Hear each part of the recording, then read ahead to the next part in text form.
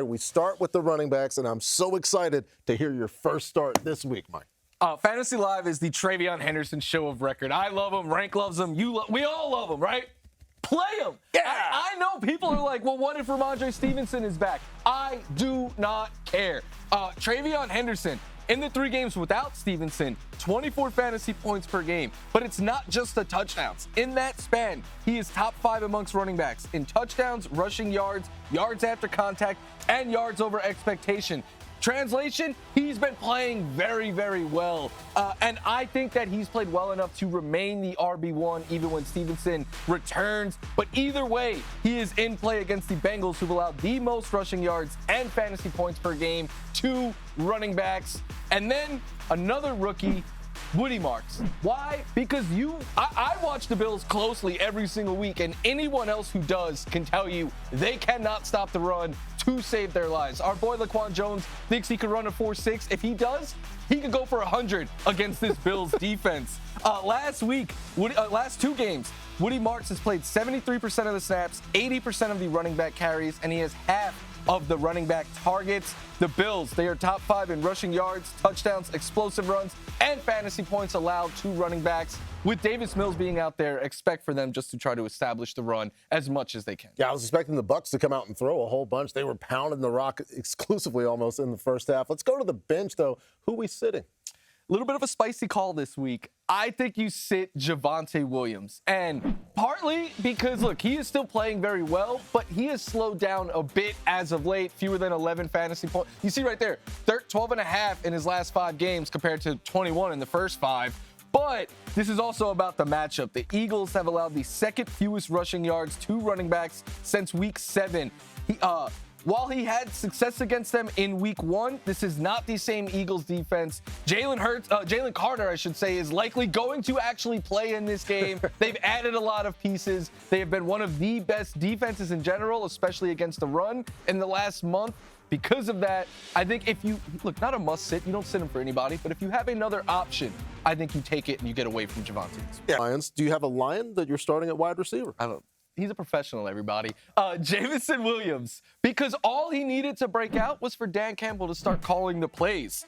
In the last 3 games, Jameson Williams is averaging 20 fantasy points per game. And the Giants, they have allowed not only the 3rd most yards to receivers in general, but the 3rd most to out wide receivers. Williams runs 80% or nearly 80% of his routes out wide. And then they've allowed the 3rd most yards to receivers on deep passes. I don't need to explain that one. You know how good Williams is downfield. So while he's been a little boom or bust lately, the usage and production is pointing way up the last 3 weeks. And this is just an excellent chance for him to go boom. Don't be surprised if 20, 25 points, I think, is in the range of outcomes.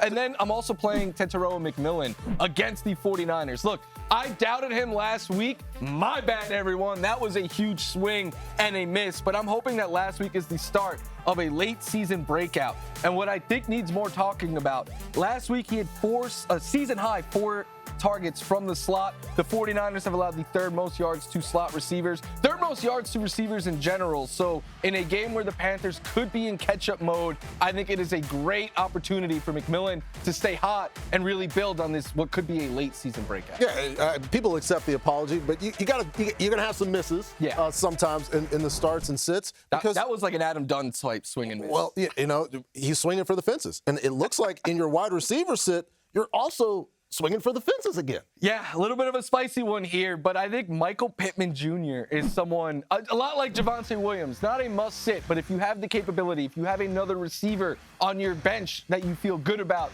you could elevate him this week because this is all about the matchup. Look, I know Pittman has provided wide receiver 1 value at times this season, but the Chiefs are in the bottom 5 in yards, touchdowns, yards on deep passes, and yards on out wide wide receivers.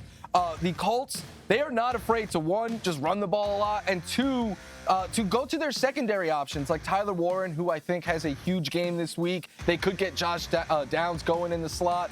So I'm feeling a little weary in this must-win game for the Chiefs against the Colts. All right. Let's go to higher or lower here on NFL Fantasy Live.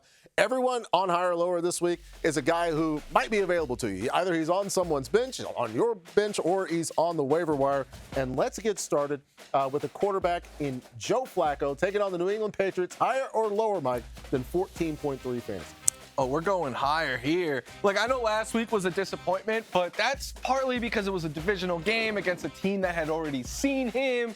Weird things happen, especially in the Steelers matchups, but he's been averaging 22 fantasy points per game since he got to Cincy, the second most pass yards per game since he's become a Bengal. And the Patriots, as tough as they are against the run, they can be had in the air. They've allowed 19 or more fantasy points to a quarterback in 3 straight games, including 9 touchdown passes in their last 4. So, yeah, I know Jamar Chase isn't going to be out there. I ding Flacco a little bit for that, but I still think he will clear this 14.3 number. All right, so we start with one higher on higher or lower. Let's go to our next player, which is also a quarterback. Out of rank, higher or lower for Jackson Dart against the Lions, 18.8 fantasy points. Oh, now obviously this is if he plays. I'm going to go higher. I'm a little apprehensive about this because one of the things that has made Jackson Dart such a great fantasy value so far this season is his ability to run the football. And I have to just figure the Giants are going to dial back the designed runs a little bit. That's one of the things. He had 7 rushing touchdowns in his first 7 career starts. The Lions have allowed a lot of production to running quarterbacks this season. But one of the things that did impress me about Jackson Dart is that if he uses his escapability, he can actually throw the football. He's a good passer, and he can extend plays. And perhaps instead of trying to draw the contact, maybe take a slide, maybe do that. So it'll be interesting to see what Jackson Dart does, how he adjusts to being out last week. So if he does play, I think that he's a good candidate to get over 19 fantasy points. Yeah, it's twofold there. You protect the football and you protect yourself. We did get word from Mike Kafka today. He's progressing in the protocol, a non-contact practice on Wednesday. So good news for those who want to start Jackson Dart this week. Let's go to Alvin Kamara. It's been a disappointing season, but it's the rival Atlanta Falcons, higher or lower than 12.2 points. Yeah. Jackson Dart and Jeremy Giambi, 2 people who don't slide. I'm going to take that back. I'm going to go with lower here for Alvin Kamara because of what you said, Patrick. It has been a very down season this year for Alvin Kamara. And when you look at a lot of his metrics, both as a runner and a receiver, they're either career lows or towards the bottom of his career, which gives me concerns at his elevated NFL age. There was once upon a time where 12.2 fantasy points would have been a down game for Kamara, but he has topped 80 scrimmage yards twice all year. He has scored 1 touchdown, so you can't rely on that. And he has topped this number twice in his last 8 games. So, yeah, and you never know with the Falcons, right? Like, they could look like the 85 Bears or they could look like the Bills' run defense. You just truly never know with the Falcons each week. Yeah, you never know. It's been a little bit of a quantum superposition there, but there are a couple of things that are forever truths. One, our love for Heartbreak Ridge, just a legendary movie. And number 2, we love revenge games. Aaron Jones is playing the Green Bay Packers. Adam rank higher or lower than 11.6 fantasy points? Are we talking about Stitch Jones? Yes. The Ayatollah of rock and rolla? Dude, much higher. Much higher. Again, we love this. Aaron Jones, along the lines of a lot of these Packers players, just really rises to the occasion in moments like this. I've seen it all happen all too often when he was a member of the Green Bay Packers going up against the Chicago Bears. And in 2 career games against the Packers, he has averaged close to 15 fantasy points per game. He's getting 21 touches. The touches have increased over the last 4.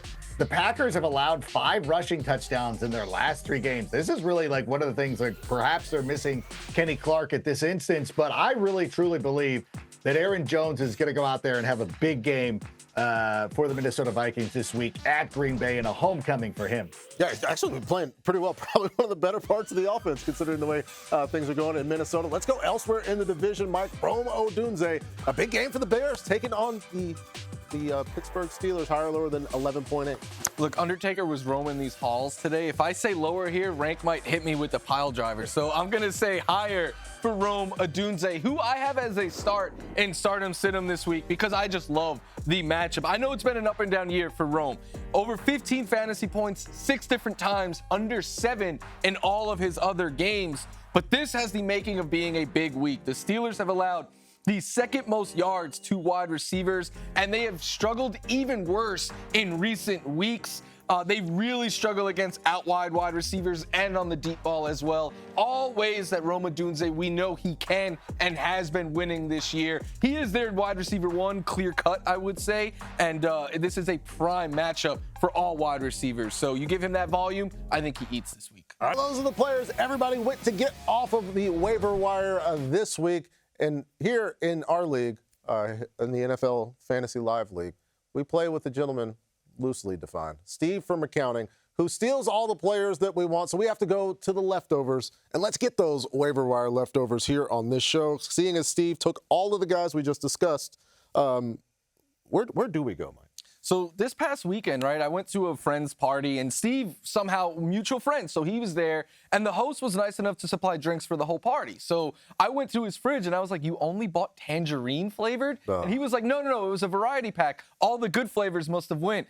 And then I see Steve pull out like a watermelon and a cherry from behind his couch pillow. And I'm like, dude, you hid the good flavors so that you could have them later? Like, what is wrong with you? And he was like, that's how I play fantasy as well. Which is why when I needed a tight end this week, it was barren out there. But I went and I grabbed Hunter Henry because I know the production hasn't been what it was early in the year.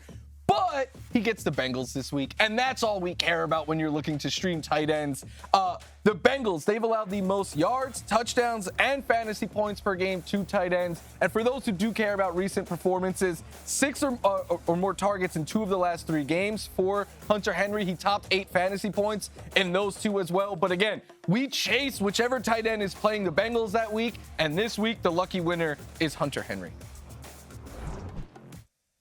All right. Well, you know what, Steve, you know what? He doesn't have he's not all bad. There are some qualities. He likes to volunteer.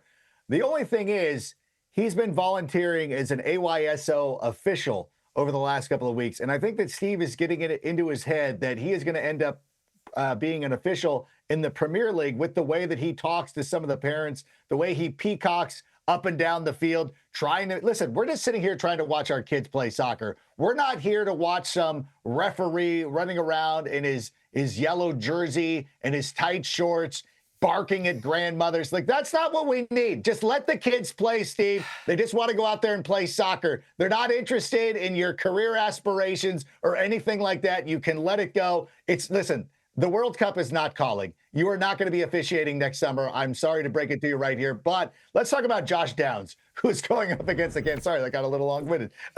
Who's going up the Kansas City Chiefs. He's had at least 11 fantasy points in 4 of his last 5 games. He's had a receiving touchdown in 3 of his last 4, and the Indianapolis Colts have been throwing the ball an absolute ton. And not only is it great for this week, but when you look at his playoff schedule, you got some matchups there. San Francisco should be one. The Jacksonville, we said they're playing better over the last couple of weeks, but I still like it. Look, Josh Downs somehow is still available in 63% of NFL.com leagues. If you need help at the wide receiver position this week, maybe you had Jamar Chase, whatever it is, go pick up Josh Downs right now. Yeah, a solid option for those who need help at wide receiver. Also, Mike has discussed a realm in which Steve is very picky. He's not picky when he takes the players that we want off the waiver wire, but not just limited to beverages. He's picky when it comes to foods. He refuses to eat any cruciferous vegetable like broccoli or cauliflower. It's not even a texture thing. He just pays a lot of attention to very manly online influencers who have pseudoscientific information that nobody actually believes, but because they are very toxically masculine, he, for some reason, listens to them. And that's why he doesn't know that Colston Loveland is a great get on the waiver wire, because he's got the brain frog.